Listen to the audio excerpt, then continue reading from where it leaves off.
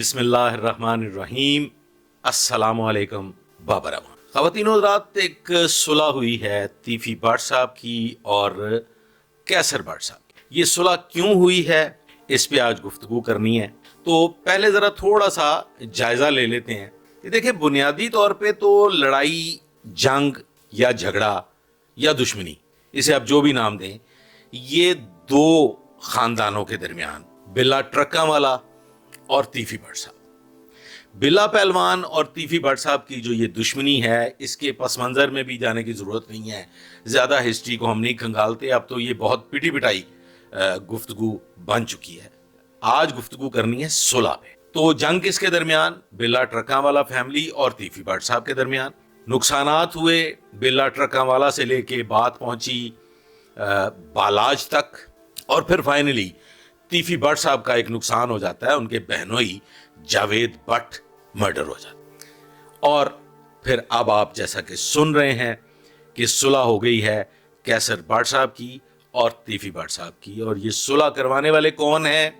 ये सुलह करवा रहे हैं सुहेल शौकत भट्ट साहब, नईम भट्ट साहब, शफकत बग्गा साहब और इसी तरह से और दीगर। नईम भट्ट साहब का नाम भी इसमें आ रहा है। ये सब लोग इकट्ठे होते हैं और ये सुलह हो जाती है कैसर भट्ट की और तीफी भट्ट साहब की। तीफी भट्ट साहब उस सुलह में ऑनलाइन शामिल होते हैं और ये जो सुलह है ये मुंतज होती है चंद एक शराइत पे, जिनमें से एक शर्त ये भी है कि कैसर भट्ट आइंदा बालाज फैमिली के साथ, ट्रकावाला फैमिली के साथ कोई ताल्लुक नहीं रखेंगे। और सुलह हो गई। ख़वातीन और हज़रात, ये सुलह क्यों हुई, देखें, इस पे ज़रा गौर कर लीजिए कि जब जावेद भट्ट जो हैं वो कत्ल होते हैं तो फिर फाइनली उनके मुल्ज़मान गिरफ्तार हो जाते हैं, शूटर भी गिरफ्तार हो जाता है और सबके सब मुल्ज़मान जो हैं वो पुलिस की गिरफ्त में आ जाते हैं और पुलिस अपनी तफ्तीश मुकम्मल कर लेती है। ख़वातीन और हज़रात, इस मामले में हर सूरत में, जैसा कि मैं पहले भी अपने साबका एक वीलॉग में बड़ा क्लियरली बता चुका था कि कैसर भट्ट का इस कत्ल के साथ कतई तौर पे कोई ताल्लुक नहीं है, बल्कि दूर दूर तक कोई ताल्लुक नहीं। और बाहर तौर फाइनली पुलिस ने अपनी तफ्तीश में कैसर भट्ट को बेगुनाह तो तहरीर करना ही करना था। हकायक पे अगर ये तफ्तीश तकमील तक पहुंचती है और जब आप इंसाफ के तकाजे पूरे करते हैं तो फिर पुलिस का ये फर्ज अवलीन बनता था कि वो कैसर भट्ट को इसमें बेगुनाह तहरीर करते, और जो कि होना था। अब इस सतह पे तीफी भट्ट साहब की जानिब से सुलह ही बनती और मैं समझता हूं कि credit goes to Suhail Shaukat Bhatt sahab कि उन्होंने इसमें एक कलीदी किरदार अदा किया जो कि उन्हें करना चाहिए था। और कैसर भट्ट साहब भी ये दुश्मनी आगे लेके नहीं चल सकते थे, क्योंकि जो शख्स कत्ल में इन्वॉल्व ही नहीं है, और फिर सबसे बड़ी बात ये कि कैसर भट्ट जब ये जानते थे कि मैं बेगुनाह हूं और मैं इस कत्ल में इन्वॉल्व नहीं हूं, तो फिर डेफिनेटली उनको सुलह की तरफ बढ़ना चाहिए था। और ये एक बेहतरीन इकदाम हुआ। सुहेल शौकत भट्ट साहब के सर सेहरा आया और तीफी भट्ट साहब ने, जैसा कि पहले अपने मुख्तलिफ मकामात पे गुफ्तगू के दौरान वो बता चुके हैं कि जब मुझे ये पता चल जाएगा कि कौन इसमें बेगुनाह है और कोई गुनाहगार नहीं है, तो फिर मुंह से फूल झड़ेंगे और मेरी तरफ से किसी किस्म की दुश्मनी की आवाज, दुश्मनी की सदा बुलंद होती आप नहीं सुनेंगे, नहीं देखेंगे। अब जबकि कैसर भट्ट इसमें बेगुनाह थे, तो फिर एक जिम्मेदारी बनती थी कुछ मुख्तदर लोगों की, कुछ बड़े लोगों की, कि वो गलतफहमियां दूर करते और इन दोनों की, यानी कि तीफी भट्ट की और कैसर भट्ट की आपस में सुलह करवा दी जाती, जो कि वाकई में वो गलतफहमियां दूर हो गई और कैसर भट्ट साहब की और तीफी भट्ट साहब की सुलह हो गई। ख़वातीन और हज़रात, ये अच्छा हुआ क्योंकि कैसर भट्ट की और तीफी पहलवान की आपस में दुश्मनी बनती ही नहीं थी। ये जो गलतफहमियां थी इनके माबैन और जो कुछ बड़ी बड़ी गुफ्तगू हुई और बड़े बड़े मामलात हुए, दावे हुए, कुछ लोगों ने बीच में से जलती पे तेल छिड़कने की कोशिश की, कुछ गलत इंफॉर्मेशंस पहुंचाने की कोशिश की, तो उसके नतीजे में जो गलतफहमियां थी वो दूर होनी चाहिए थी। लिहाजा बहुत अच्छा हुआ, सुलह हो गई। अच्छा, अब इस सुलह में मैंने जो एक खास बात नोट की है वो है तीफी भट्ट साहब मुझे इस सुलह में बहुत परेशान दिखाई दी। उनके चेहरे से साफ आया था कि वो अपने बहनोई के कत्ल को बर्दाश्त नहीं कर पा रहे। वो इंतहाई रंजीदा थे, वो दुखी थे। उनका ये गम, उनको जो ये चोट पहुंची है, ये जो जख्म लगा है, ये मुझे अभी तक भरता हुआ दिखाई नहीं दे रहा, जिसमें मैं सिर्फ इतना ही कहूंगा कि अल्लाह खैर करे, अल्लाह खैर करे। अलबत्ता तीफी भट्ट साहब ने जिस तरीके से इस सुलह में कैसर भट्ट को जकड़बंद डाला है, बल्ले भी बल्ले, एक अच्छे खासे बंदे को विलन बना दिया और अब इसमें कैसर भट्ट साहब अपनी सफाइयां देते फिरेंगे।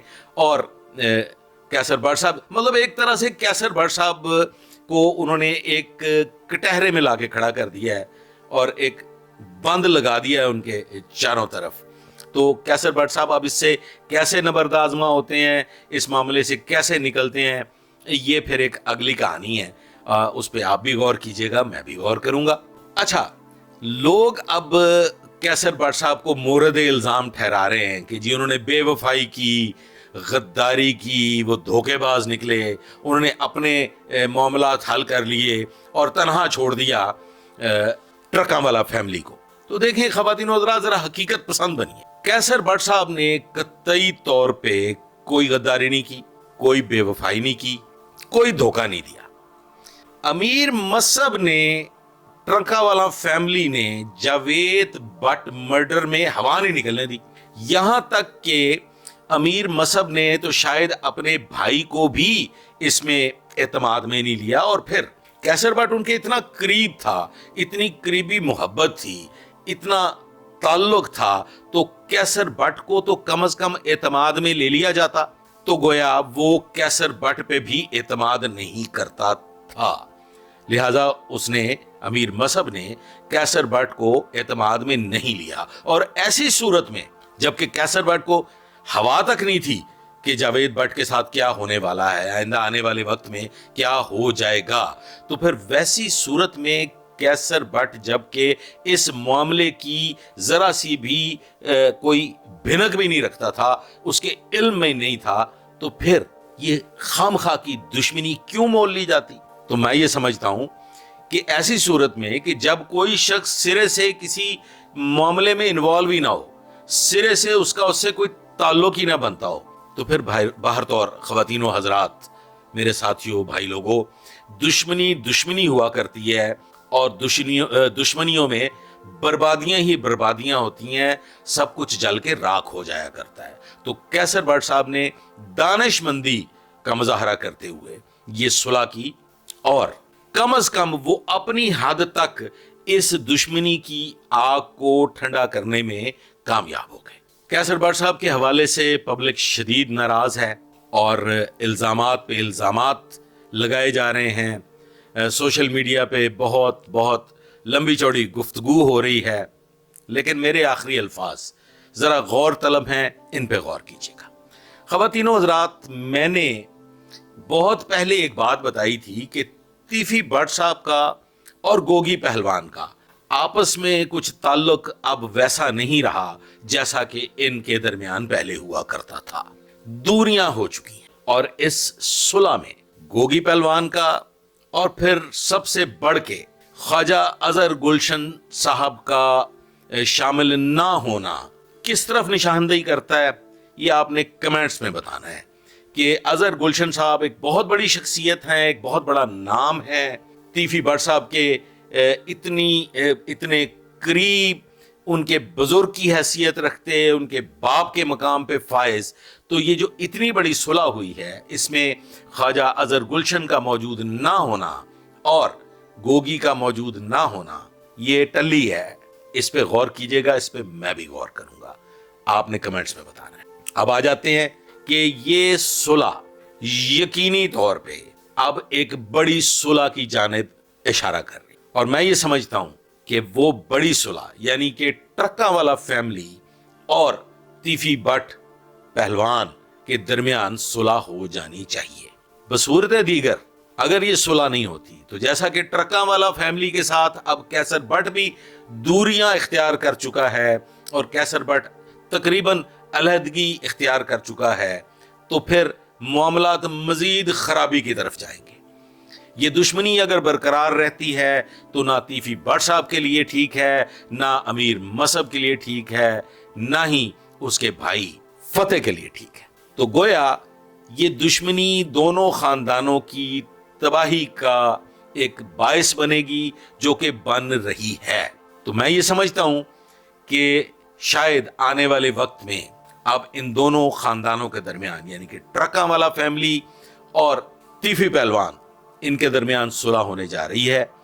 یہ مقتدر حلقے، یہ بڑے لوگ جو کیسر بٹ کی صلح میں بہترین کردار ادا کر چکے ہیں، اب ان کی ذمہ داری بنتی ہے کہ وہ تیفی پہلوان اور ٹرکا والا فیملی کے درمیان بھی صلح کی بات شروع کریں اور اس کو منطقی انجام تک پہنچائیں۔ تو اس دعا کے ساتھ کہ ہمارے سونے شہر لاہور سے خاندانی دشمنیوں کا خاتمہ ہو جائے، امن و امان قائم ہو جائے، بالخصوص یہ جو بڑے بڑے خاندان آپس میں دشمنداری نبھا رہے ہیں عرصہ دراز سے، ان کے گھروں میں بھی امن کا طوطی بولے، امن کی فاختہ چہچہائے، بلبلیں چہچہائیں، اور یہ ایک پرسکون پر امن زندگی گزارے۔ اللہ حافظ۔